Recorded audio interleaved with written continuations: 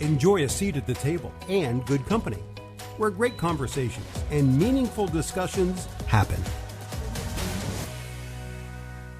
Welcome to And Good Company. I'm Sarah Fiedelholtz, a conversationalist. We all know a great dinner party isn't really about the food. It's about the people seated around the table engaging in lively discussions.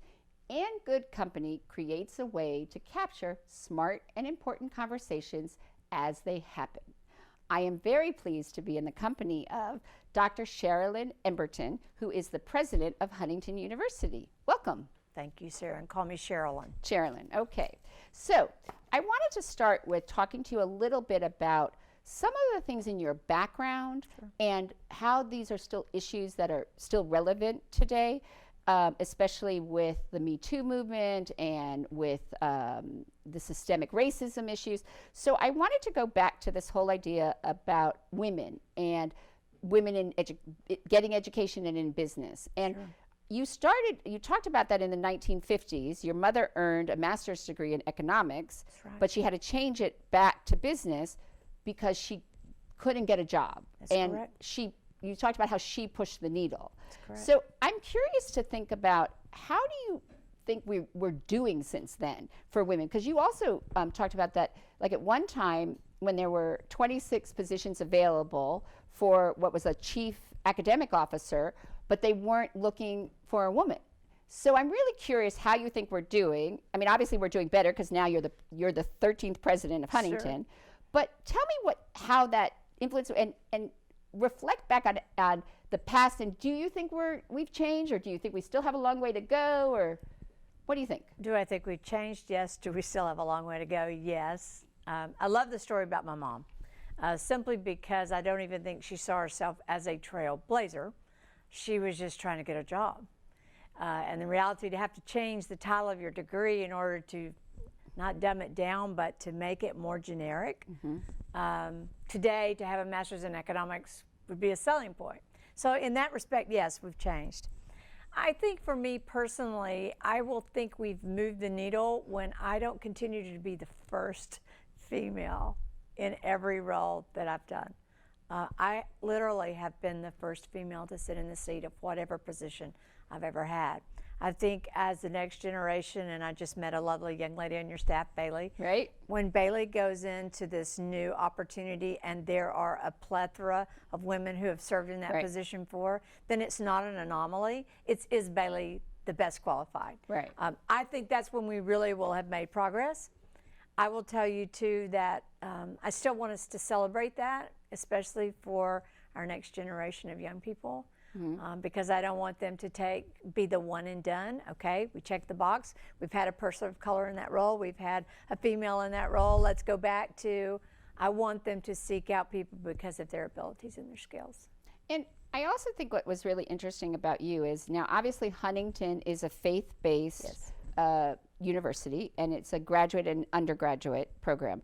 But you very much have approached, and your whole career has been really in business. It is. And you really do look at a lot of your role as the president. It's like a business, because you talk about product cycle and you talk about competitive advantage. And so tell me a little bit about how you think that learning about business and having that entrepreneurial mindset, how has that helped you get to where you are? Well, it's definitely helped me in the role that I sit in as president. But I will tell you that anyone who goes into independent higher education of any kind, since we generate whatever revenue that we're allowed to spend, we know it's a business. Last year I did a lot of work in economic development and talking about how that our students come in our community and they have a $62 million economic impact just in our local county. Right. So when you start talking those numbers, and I made a discussion the other day with a group of CEOs that every year my company has to earn $39 million gross. Right. They sit around and I said that may be a small company, and they said no, that's not a small company. So some of it is just reframing the narrative. It's not that it really has changed. I do think my background does help me for today's economy because we've diversified our program offerings for our students. Yes, we still serve a traditional 18 to 22-year-old, but we also serve a non-traditional 18 to 22-year-old, as well as graduate students, online students, students in different geographies. So I do think it definitely helps, but I think we've just reframed the narrative into what it is. So, okay, so I'm going to give you a little bit some praise for you here, all because right. I don't think you'll do it yourself. But so you just hit your significant enrollment. You've hit over 1,400. Yeah. And that We have 1,402, two, Sarah. right? Don't No, I was leave going to, those no, two I was behind. giving you the two. I was going to give it to you, but you use the 1,400 as a marker. We do. And you have grown over, I mean, every year it's been exponentially. And some of the things I was really surprised about when I was looking at is that you have 81% of your students are full-time. Yes. And you have an 80% retention rate. Yes, we do. Which means really, although I don't think that students should be looked at as customers because they're there to learn, but retention rate is customer service. And 51% of your students graduate in 4 years. Yes, they do. So I really was very impressed with that, because that 80% retention tells you how happy the students are. And also, I think that the growth that you've been having, and you've been on your Faith Forward 2020 campaign. So last time I spoke to you, so that was to hit 40 million. I think when you announced it, you were already at 36. No, we were at 32. 32? No, Oh. 30, yeah, between 32 and I thought 33. so, yeah. Yeah, So you're right. now, so that was back in March of, so where are you? How's it going? Well, this was really a comical story to begin with. When you do a campaign, of course, you lay everything out there and you look at what the opportunities are. And then you look back at your history. And our history is the largest campaign we've ever done was between 16 and 17 million. So I'm thinking, okay, 24 would be a nice number.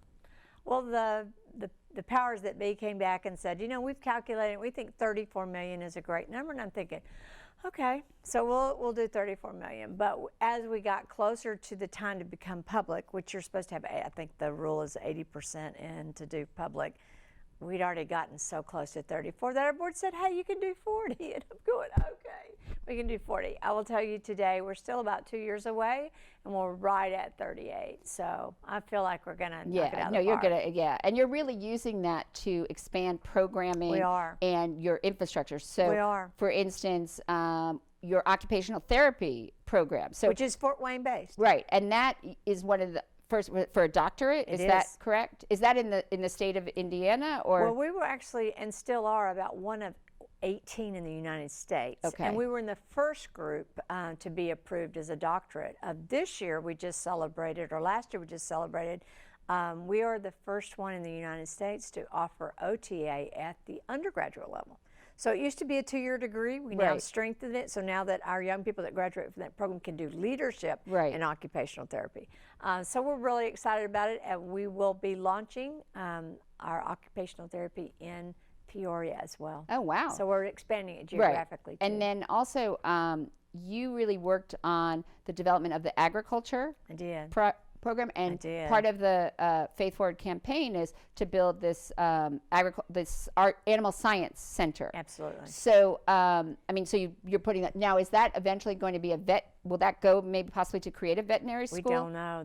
You're good. Well, we've actually really thought about it. Well, the funny thing is, because I went to Tufts. So Tufts is one of the few schools that they do have an undergraduate occupational therapy program. Yeah. And they have a veterinarian school. Absolutely. So I was like, well, they should just go, We talk should to them. do it. But That's I just right. think that because there's only, I think there's not even 20 veterinarian schools, and there's a need also because for more vets, and especially with the number of people getting dogs and cats and everything. Absolutely. But also it's a growing field of science for women as well. Absolutely. So I think that field is growing also in the care and nurturing of animals, Right. and the ethical treatment of animals, and all of that. There are a lot of vets, as you said, to go after the smaller animals, Right. but we have less and less for the larger larger animals. animals, right? So we see a sweet space possibly at some point. In fact, I'm very good friends with the dean at Purdue. Uh-huh. She and I just had a conversation along those lines of what if at some point we could partner. Right, and to they're do very good at something. partnering because they do. They're Right, amazing. and especially I think that what you're doing in terms of animal sciences are going to become even more and more Yes. relevant as these epidemics and viruses, because what they have shown is that all of these have started somewhere in animals. And it's that, luckily none of them have transferred from animal to animal, because then it would be really terrible because we couldn't control it. Sure. So you're going to see that more and more. And as we sort of create pressure and stress on the animals because we're taking their environment, the whole thing with COVID is technically we had a bat in the same environment as a pangolin, and normally they would never meet. So the pangolin doesn't have the immunity if he got bit by a bat, So I think that that's very relevant. But you also are very involved, like with Agri-Novus, and really looking at agriculture, and also how agriculture and farming has changed because it's so technical now, and with the computers and drone. I mean, it's really so. You're also, I think, very forward-thinking and may not. You may not. I want to know if you have like a crystal ball, but I know for you, because your faith, you've always said that you've talked to, heard from God and had conversation. Sure. So I want to know, is he slipping you some extra information? I wish he would, but he does affirm some right decisions that I make sometimes. I will tell you on agriculture, that was not, I didn't need a crystal ball from that. You come in and you look at our state and you look at the fact that not only in Northeast Indiana do we lead in the top 10 in 3 or 4 categories in animal production, but for the state as a whole, it's almost a $17 billion industry. It has to have a workforce. Who's supplying the workforce? Right. I mean, it goes back to a business look at, but also the hopes for the Don Strauss Animal Science Center is to provide a place for K through 12 kids to come and to get up close and personal and see how animals are cared for. Right. Whether they are short cycle, long cycle, how they're cared for, how they're nurtured. We had a petting zoo last year as a fundraiser on campus, and I had college students who had never seen a pig up close. They didn't understand why the pig didn't run around like they do in animation. I said, well, pigs kind of lay down. Right. That's what they do. Right. So just reintroducing the good works of agriculture and what it means to our heritage, as well as the great jobs. I know we were talking a minute ago about our wonderful digital media arts program, but the whole area of media and the ability to impact the narrative and the story and the technology for agriculture, it's a great fit for us. Absolutely. And also, I mean, there are a lot of young kids who've never seen an eggplant or an artichoke. That's correct. And I think also it's really important for K through 12 to see where they could go. Like, that's right. When I was growing up, I mean, I grew up in Miami Beach, Florida. I didn't know anybody whose father wasn't a doctor, lawyer, or accountant. So, of course, I started as a doctor. I was pre-med, and I didn't want to do that. So then I went, I said, okay, it's a liberal arts college, so you can't be pre-law or pre-med. Right. But then I thought, okay, maybe I'll go to law school. And then I didn't, but you only know what you're exposed that's to. Correct. And so I think that that's really valuable. But another thing that I thought was really interesting about you was, you really are, everywhere you have gone, from when you were at Laterno and to now, you really are an innovator. But you talked about the difference between being an innovator versus being on the balcony, like for a CEO. And I was really interested to know what you mean by that, and how that influences your current position. I love that you brought that up, and I really hope that there are some folks listening tonight that say that I have or today, whenever this airs, that have a great idea, and I don't know how to bring it to fruition. And there is all of that ability to conceptualize an idea, but it's equally important to be around people who can take an idea and then implement an idea. When you said the difference between, yes, I've had the privilege to be at the front of innovation in a lot of places. But as president, I lead the strategy for innovation, and I hire very talented people who are the innovators. It's my job to get them the resources to innovate. Maybe I take them to an environment that spawns innovation, or I bring a narrative to them that is appealing and compels them to innovate. But it is a little bit of a role change for me, but I think I'm settling in better. I actually met with a group today, and I said, tell me where you want to be. Tell me what you need to get there, and it's my job to figure out how to provide that for you. This is really your 7th year. It's my 8th year. You're in your 8th, so you're past that sort of 7-year. You've gotten in the role now. But also, I mean, to give you again some praise. So you said that someone said, "Oh, you're an amazing leader. And you said, no, it's amazing I am a leader.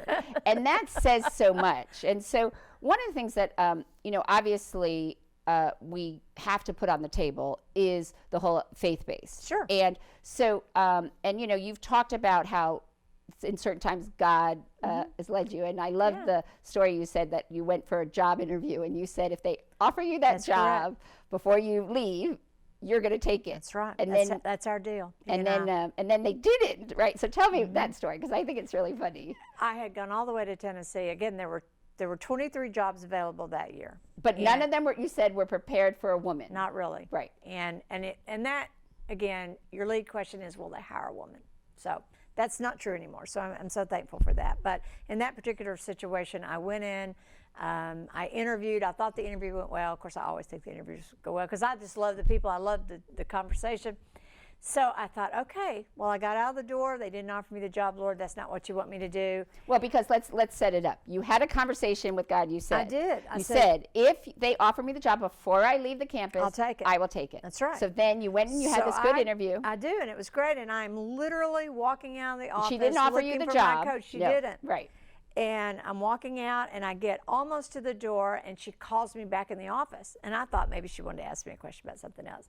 I go, and she says, I just feel compelled to offer you the job. I went, oh, Lord, I guess I got to say yes. And I did. And I moved 950 miles away from my home, but it was a great move for me. So let me ask you, because your faith and sort of the belief of God's hand in things. So do you believe in destiny or predeterminism, or do you believe that we have the opportunity for free will and to set our own destiny? Yes. You do. So okay. I believe in all of that. Okay. So okay, I'm gonna stop you there. Okay.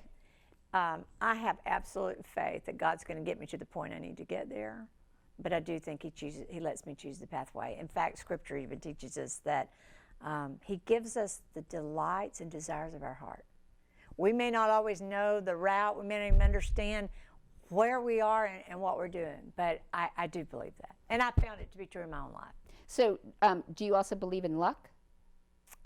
I don't think luck, as I do think there's a randomness. And again, Scripture teaches us. It says that everything happens to everything under the sun. You know, sometimes it rains, sometimes it doesn't. Right. And that is life. Right. I mean, well, there is the idea that the Roman philosopher Seneca said that luck is when opportunity meets preparation. Yes, that's correct. However, there are several people who now believe that it's not enough to say when luck is when opportunity meets preparation, because now you got to add action. Because if you don't take an action, what good is the preparation, and then you don't take advantage of the opportunity, and then it's simply lost. So I was just curious of how you sort of incorporate that kind of with your faith, and because I was curious, because some people say, well, God, like God will provide, like that. There's that joke, know, you're drowning, and so somebody comes out of the boat, throws the life right. preserver, and they said, no, God will provide. Right. And then somebody in a little boat comes, and no, I don't need your help. God will provide. And then a huge steamship, and then it's like, and then of course they don't make it, and then in heaven they're like, God, I thought you were going to provide me, and they're like, what do you want from me? I sent you. So I'm just curious. I think sometimes that is how we are. That is true. Right. But I was just curious because I just felt that personally, if I really turned my decisions or I would just feel that I'm not in control. And that would be... I think to answer your question, the reality is, if I believe that God made me, okay? I believe He's my creator and He made me. He knows everything about me. He knows how much rope I need, how much ability I need to make my own decisions, how much space I need to think and reflect and contemplate. He knows me, that you need to tell me if I'm going to get this job or not. Right. We're all so uniquely different, and that's what I love about Him. He allows us to be us. He says we're uniquely made. So I have that faith in Him that He knows me. He's going to allow me to do this in my way, and He's not going to allow me to mess it up too bad. So let's also look at the idea of, you talk about how you need to blend your spiritual, professional, and personal life and have them sort of in harmony and balance. And so how do you look at, and how I sort of created this equation for you, because I did interview you and did an article, when I called you an enterprising educator, I sort of looked at it that you have business acumen, you have the higher learning environment, and then it's a faith-based leadership. So how in your role, how do you balance that in your role and what you try to provide for your students? Well, I try to model it. Some people would, I think the current term for that is servant leadership. People use that to death. Let's I'm not talk even sure about, what that means anymore. let's pause a second. Yeah. Let's talk about what is servant leadership. You know, people define it all over the place, so I'm just going to throw that out and say this. I have learned that if you are in tune to who you are, okay? I can't lead the way you lead, Sarah. I might want to. I might see so many things about you. I think, oh, why can't I be like Sarah? But I can't lead that way if it's not natural for me, okay? So there has to be some of it that is a transparency about who you are. But I think also by modeling to others that in some respects we learn to be our best selves by empowering other people to be their best selves. And that's what I try to do with students. I try to give them an opportunity to absolutely achieve the most that they can achieve with the best resources I can provide for them. And when that happens, I'm out of the way. Right. They take it and they're doing amazing things. So by modeling that and the investment in other people, I think that develops a leader that is different from the average, because otherwise people are saying you got to be first, you got to be best, you got to be. I don't think so. I think the team you're with's got to be the first. They got to be the best, and you're going to get all the accolades you need for leadership. So I work hard on empowering others and trying to provide them what they need to be successful. And I think you also, although I don't believe that students should be customers, okay, but I think you also get the idea of customers and also being there for the students, because is it still true that every year you, at the first convocation of the school year, academic year, you give all the students your cell phone number? I do. Every student on the campus, their mother, their grandmother, even prospective students. I've had them call me. They go to another school and they call me and say, Dr. I just need to ask somebody something. I don't know anybody else at this school. Can I ask you? I say, sure, I'll help you. So you really, so you really are invested in. I am invested. I'm invested in the role of president, but again, that goes back to your concept of leadership. Being a leader doesn't mean you're at necessarily the top.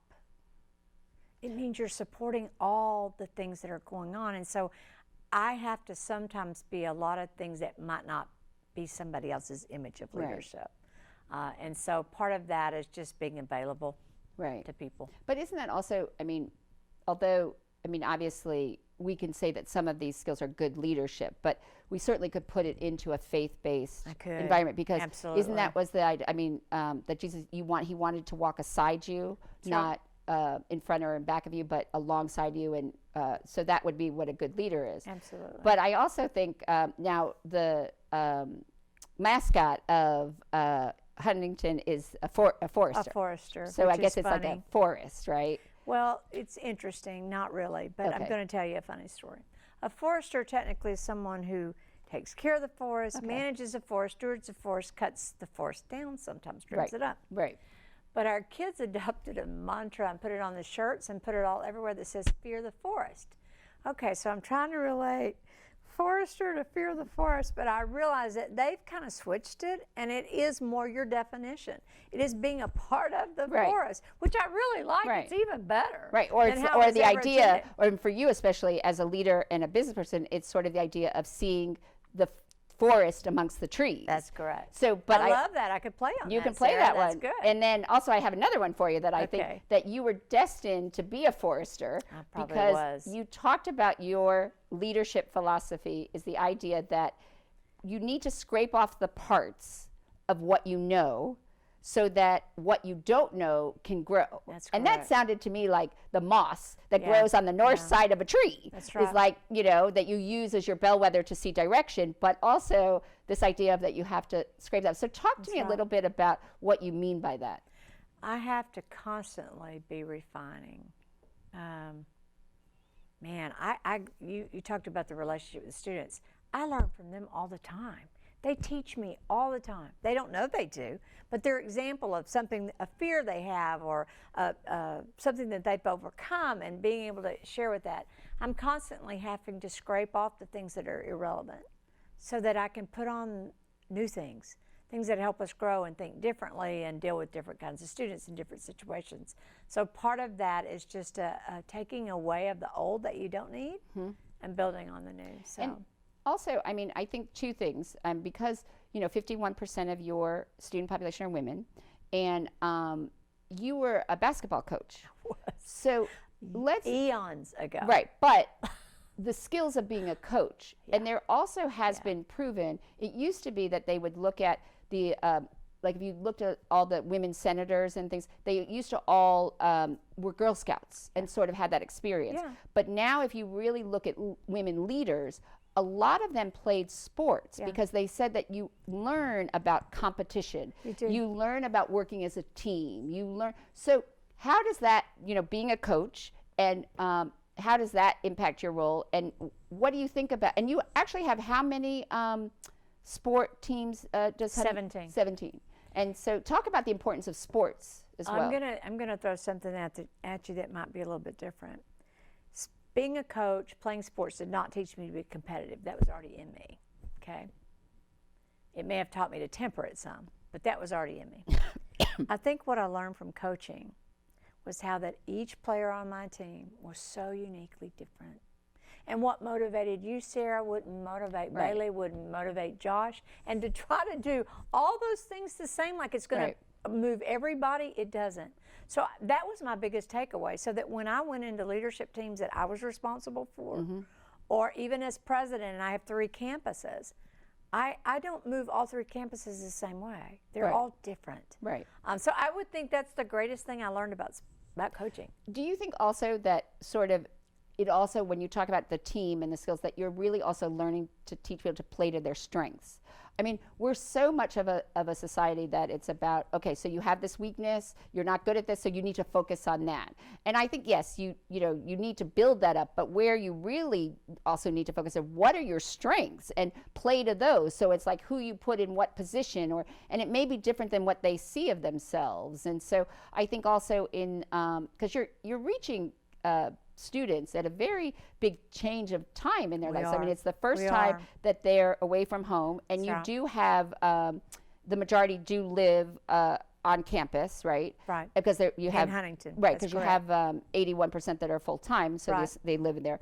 But this idea of, that they're also, the typical, and this is something I think is so interesting about being a faith-based college, is that uniquely, when kids go to college, they're sort of like, anything my parents told me, anything I had to do, I am throwing it out. I'm not, they're not necessarily want to be in organized religion. They don't want to, do the same things. Sure. So how do you keep it relevant to them, or adjust that that they're going to be challenging and they're going to be, pushing back on everything you want to give them, yet at the same time, get them to see the value and, come around to making this theirs? Well, I think it's so interesting. You're exactly right that many times there are points in our lives which we would say we would rebel against what we know or what we tried or whatever. Right. But I would tell you at those same points with college students, sometimes if you ask them who are the people they admire the most, it's always their mother, their father, their coach. But they don't get there. No. They don't get there until their early 30s, So that's true. I will say that the great thing about a faith-based college, I've taught at secular colleges, so I'm not making a judgment. I'm just telling the great thing about a faith-based college that may be surprising to people, is that a faith-based college, we're very comfortable to talk about everything because we think God's Word will actually stand up to it. It's okay. We can talk about differing positions. We can have those clear conversations, and I think in our case, once students realize that it is okay to say, that was my parents' faith. Let me see let me explore my faith, my road to faith. And they can actually verbalize that, and they're not condemned for it. It's an amazing place to be. So I do think, yes, we do have that, and we're all like that to some extent. Don't tell me to wear a mask. Don't tell me to do this. Don't tell me to put my seatbelt on, whatever it is. But I think I give students a lot of credit. Once they realize that they can verbalize, and that's part of adulting, you can say, I don't really feel comfortable with this. Then they realize that they can grow. you know. And so like we said, you're going to be the university was established in 1897. It was. And you're going to I was not there. No, Sarah. you were not. Believe I it or know. not, I was not there. But and so it's by the Church of United Brethren in Christ. That's right. And so, but what I also wanted to understand is what is the difference between a faith integrated institution and like a denominational school, and what does it mean to be a faith-based higher learning? Love all of that. You can actually be a denominationally based school or a non-denominationally based school and still be a faith integrated school. Okay. It just so happens that we happen to be a faith integrated and denominational, because there's a lot of schools that don't have a sponsoring denomination. They just are a Christian school or a Jewish school, or they may, but they don't really, they're not necessarily connected to denomination. We happen to be. With that, there are certain historic and legacy things that we share with our denomination. What does it mean to be a faith-based institution? Well, first of all, we do adhere to a certain set of common beliefs that we agree that as Christians we would say these are universal truths. Right. But beyond like the Ten that, Commandments. Right, or, yeah. But beyond that, we also believe that God's word can survive truth. So we can talk about everything. It doesn't really matter if it's opposing, it doesn't matter. We can talk about that. We can look at what God's word, we can talk about our own religious experience. We can talk about our own denominational viewpoints, which again can be from here to here when you get groups of students together. Many of our students today would come to us and say they're non-denominational, even though they actually go to a denominationally based church. Right. They don't know it anymore. So it's navigating all of that. I would say probably 80% of the students that come to us probably would say they align with a Christian belief, okay? But we probably have 20% that say they don't. We don't have a litmus test. Students just come to us from all over. Right. And they're very comfortable there. Right. And I love that. And so many of the, because so many of the things that you say about being a good leader or being responsible for others, and you can, although you're very much in the belief of blending your spiritual, professional, and personal. I mean, in a educational environment, I can take out the following of Christ and Christ. They're universal truths. Right, exactly, and so they can be relevant. Sure. But and I think that really especially in this time of COVID and even before COVID, and you and I have briefly Was there a before COVID? Yeah. Are you sure? I don't know. I don't know. But you and I have talked about this, about the issues and the problems with liberal arts education and the decline of liberal arts education. And now, because of COVID, there's going to be a lot of small liberal arts colleges that are not going to survive. And we've become so focused on this vocational, getting a job, career, that it's not important to just educate people. But one of the strengths that Huntington has, unlike other small private liberal arts colleges, is because you have this faith-based and you're seeing an increase in your students. And I'm curious because you're not promoting that it's about, you don't put that, you talk about that, the 51% that graduate within 4 years, but nowhere do you talk about the jobs that they get, or that we get, vocations, or, everybody's in STEM. I mean, and partly I think that is because of faith-based, that it is about education and learning to think critically and to question things. But also I think it's what has helped you be able to survive, unlike some other. I would say there is a statistic we do promote, and it's a 99.7% of our kids either get a job in their field, right, or enroll in graduate school. Right. But you're not about, because to me it just makes me crazy when parents are like, well, you can't be in philosophy because what kind of job are you going to get? Well, and you need to do science because you can get a job, and how universities have become like vocational schools, which is not what higher learning should be. I would tell you, this goes back to support what you said earlier. I think we have always, since the beginning of the history of that school, maintained a healthy balance. We are still very devoted to the liberal arts. And we only hire faculty, even in non-traditionally professional arts areas, that have a strong historical connection to the liberal arts, or they're great writers, they're great Right. thinkers, they're great conversationalists, they understand research-based practices. So that kind of just permeates everything we do. So we don't struggle with that quite so much. I would say that the schools who are in decline, regardless if they're liberal arts or they're not liberal arts, are the schools that don't remain relevant. Okay. We're doing that. So let's talk about this whole relevancy with the fact that millennials, they are not interested in organized religion. They will say that they have faith, but it's more spiritual. So how do you keep the faith-based part of it relevant, that it appeals to them, that now you're hitting the number of 1,402 students enrolled? Love you got the two, Sarah. Okay, yes. Hey, I don't have to worry about keeping the faith-based part relevant. God never goes out of style. He's the same yesterday, today, and forever. He takes care of that part. What I have to do is make sure that I'm still connected to them relationally in ways that are meaningful to them. Obviously, for us with students, it's so, I love this resurgence. I find The resurgence of? I find the typical 18 to 22-year-old now wants to engage in more conversation with me. Whereas, you know, we went through a period of time where conversation, I don't really want to talk to adults. Right. You know, I find that totally different. And Well, that makes me happy that they literally you're gonna love want to that. have a conversation. And you're going to love that. In fact, I've heard pastors say now when millennial aged, and y'all can assign the age group, but millennial aged people call me and say, let's have coffee. They don't mean it cursory. They mean, I really want to have coffee with you. They really want to engage in that conversation because really it's causing us to step up our game. Right. They really want to engage with us. Well, and also, actually, I was in Huntington, and I was at a Starbucks, and I was meeting with love Starbucks. Lynette, your marketing director. And so there was 3 young men and then an older person, and they all play on the like a soccer team.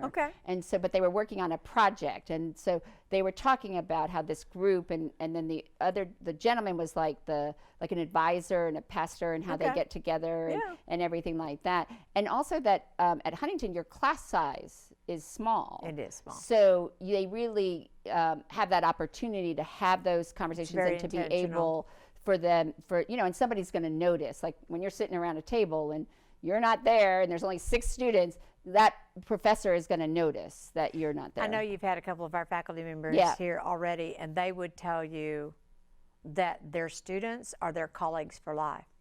It is very common for our kids to talk with each other on an ongoing basis with their faculty. If 20 years from now, they have those relationships. So that is a win for us. And also, we were talking before we started, because I had Dr. Jeff Webb, who is a history professor. Yeah, he's great. But one of the things also we were talking about is this whole idea that partly when you look at our region, and I know that you really are looking at the region because now you're the chairman of the board for the Northeast Indiana Regional Partnership. And also for the Northeast Indiana College and University sort of group and coalition, and working together and looking at everything as a region, and that, we all strength up if we all help each other. Right. So the idea that because in some ways that Northeast Indiana doesn't have a strong research-based university, like if you really want to be a tech, you want to build your tech, you have to have that kind of anchor. We don't have that because Purdue obviously uses their West Lafayette campus. But what I was so impressed with is the quality of and the amount of time that your professors have to do research. They do. And to do investigation. They do. And to take that you view, the university views that their work in doing that is just as important as the time they spend in the classroom. And it's not about publish or perish and to get tenure. It's really about letting them follow their passions, and so I think that could really help the region, because we need that. I mean, you need that to have that. The universities, people really don't understand that universities become not only a center to help your workforce and to create these hubs and stuff, but also a lot of people want to retire in communities where there is a university, because they have so many programs and things that they can arts. engage in, and you know, and they really become this hub for people. So how do you think, is that something you've been focusing on more with Huntington, or? Well, I would say that I inherited a campus that always believed in the importance of undergraduate research. Our students do a lot of research. I love that. It's faculty inspired, not and faculty driven. And your undergraduates are taught by professors. Yes, they are. So, which is, you know, like a lot of people, I joke with Harvard, you know, I always say to people, Harvard is not where you want to go as an undergrad, because the undergrad institution is really used to finance the graduate school. And you're not going to be guaranteed to be taught by professors. You want to go to Harvard for graduate school. So to have, like, I don't think people really understand the value of, as an undergrad, having these professors who really have pursued their area of study and expertise. And, you know, I think you can't diminish that. So how are you, as partly now, you know, your strategy plan for the school is sort of coming to, you know, 2022. So you got to start looking at that, and with the 125th anniversary. And how are you sort of looking at and saying, okay, where do we want to put our stake in the sand, and what do we want to do? Because also, I mean, I think what is so interesting is that as things evolve, and now everybody's talking about, well, we got to look at this online learning, but you've always said you want to be a residential campus. So what's changing? What are you doing? There's a lot changing, and I will tell you that we do virtual learning. Even though we're a residential campus, we do virtual learning. And I think there were a lot of people that thought with COVID that would totally flip the switch. And everybody, well, I would say there's probably a backlash in some respects. The students want back in the classroom.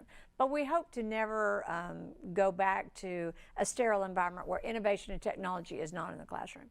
I do say that you will see more and more of collaboration and innovation among schools. In other words, I shared with you that I just got off the phone a week ago with the Dean of Agriculture at Purdue. She and I are working on some joint opportunities together. Trine and Huntington University have a joint opportunity at Randalia here. We're talking to Manchester about some opportunities. We're in partnership with Indiana Tech on some ideas. You're going to see more and more of that. Well, they're going to have to. Oh, I mean, and we love it. It's our way to share expertise. And also, I think that, so in this idea of this collaborative idea and having to sort of look at things, and the role that universities play both in when there is sort of changes in the zeitgeist of the times, that they become the center of that, like in the 60s. I want to talk to you a little bit about the role that the universities, and especially Northeast Indiana, play when we start to look at this anti-racism and systemic institutionalized racism. And so you just met, it was a virtual meeting with presidents of other Indiana colleges and universities, and you met with city and civic leaders to discuss mutual needs and how to advance racial justice and transformation. So what were the takeaways from those conversations and what do you think is the issues of social justice that you as a higher learning institution can be involved in and help to change and move forward? Well, that's a loaded question. We could spend 4 sessions, 5 sessions on that. I will tell you, we try to always take it back to the campus level. The reality is, what students do we serve? What students do we need to be serving that we're not serving? What role do we need to play in our community? What role do we need to play in our larger community? I mean, it's all those conversations. What role do we play in our denomination on those issues? I will tell you that in 2006, Huntington College, at that time Huntington University, took a really big step by faith. Obviously, when you look around, we are not as racially diverse in this region of the country. So let's talk about that. So we had that issue. So you have your enrollment is 83% white, 6.2% Hispanic, and 4.4 non-resident alien, and then 2.5 African American or Black. So only 16% of your student population identifies with a U.S. minority, but that also may be because of the fact that you're also a faith-based. So it's by nature of who affiliates or No, Sarah. Actually, to be honest with you, it totally has to do with the fact that this region of the country It's very different. Okay. Because I've lived in different places. Right, So I'll and tell that's you also, well, and you how probably we're are attacking right. this issue. And probably your student body at Arizona is very is the diverse. reverse. But We it's love also it. probably that the majority are Hispanic or Latino, and right. The Yeah. region where we Right. live. It's Right. all, but we've made great strides. Honestly, we have. Considering in 2006 we were about 4% student of color, and I don't even know what it was of national minority, because we've always had not a significant international, but we always have had an international student population. This year we were 16% national minority, plus our international students. Right. That's a huge. That's the growth. non-resident. Yeah, that's a huge growth for us. It's not enough, but it's a huge growth. Right. We know we have a lot of work to do there in making our campuses welcoming. And I loved how we even started our conversation today. Many students of color, many students from different socioeconomic groups would look at a private institution and say, I can't afford to come here. So how do we get that narrative out? Because that is totally not true. Right. We have amazing things to offer. So we are working on how we message that and how we do that. We also have made some critical hires of individuals. Yeah, you just did a hire for student success. Yes. Yeah, and I emailed. I was like, what He's does awesome. His what name's does a Isaac. student success do? Because your retention is very high, Yeah. so it's not that the students don't feel that they're able to stay up with the rigors of the classroom. So we know that to have a voice in that conversation, students have to come to our campus and see people that look like them. I, as a female, had to overcome a lot of situations where there weren't people that look, so I couldn't even envision myself in that Right. role. So we are working hard to change that paradigm for students. And partly, I think that when people think of diversity, it's not just about the color of people's skin, because partly what I always say is why you want to go to a school maybe in a different state or something is because of the other students. So the fact that you have almost 5% of your student population is from international, that brings a whole nother flavor, does. and it allows people to get that cultural does. experience and understanding of, like, well, traditions are different in Germany and, Latin America. It does. So I think that we have to also be careful of how we define That's what true. is diversity. That's true. But the other issue that also we're seeing with this our country now and the divisiveness is the idea that people are spending too much time with people who believe the same things they believe. So is there a danger that when you are a faith-based school that you are surrounded by other people who believe the same things you do? Sarah, I think you're going to be surprised that just because faith is a common factor, they don't believe the same way. They have very different But that's what I think opinions. people need to understand. It is. It is very shocking sometimes that people from Texas believe a lot different than people in Indiana. Right. I mean, it's just very different, different paradigms, different views. I love that, and I think our international students really speak into that because they come from different modes of government, different historical connections, and we love that. So I think there's some opportunity for us to work in that space, to say that you can come together around one thing that you have in common, but yet you're so different in other areas. So And to I build love you on bringing that up. So, Yes. great. Yes. So believe it or not, at the end, we are at the end, I told you, at Good Company program, I ask guests the same 12 questions that French novelist Marcel Proust popularized from a Okay. Victorian parlor game. Okay. And Proust believed that by answering these questions, you will reveal your true nature. Okay. So, what is your favorite word? Can. What is your least favorite word? Can't. What turns you on creatively, spiritually, or emotionally? People's excitement. What turns you off creatively, spiritually, or emotionally? Fear. What sound or noise do you love? That's changed. Okay. Right now, I'm into birds. I think I was always so busy, I never listened to birds. Birds are amazing. Or maybe it's because we've had a longer fall. I don't know. No, it's because They're there's less. happy. No, because people they actually say are listening to sounds in nature. Because with COVID, there's less cars, there's less. So the birds and the animals are taking over. Birds. What sound or noise do you hate?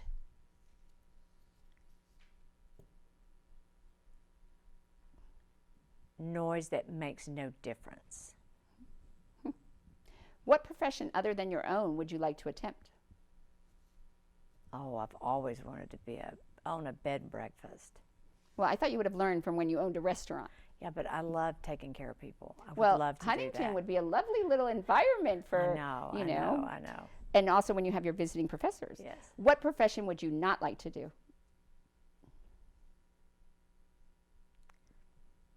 You know, that's a bad question for me. I can always see myself doing everything. That's why I have to have stopgaps on whether or not I should take the job. I think the thing that I would be the least happy at would be something to where all the rules are so set that you don't have any ability to apply grace. What do you consider your greatest achievement? My students. Who, living or dead, would you most like to have a conversation with? Again, my dad.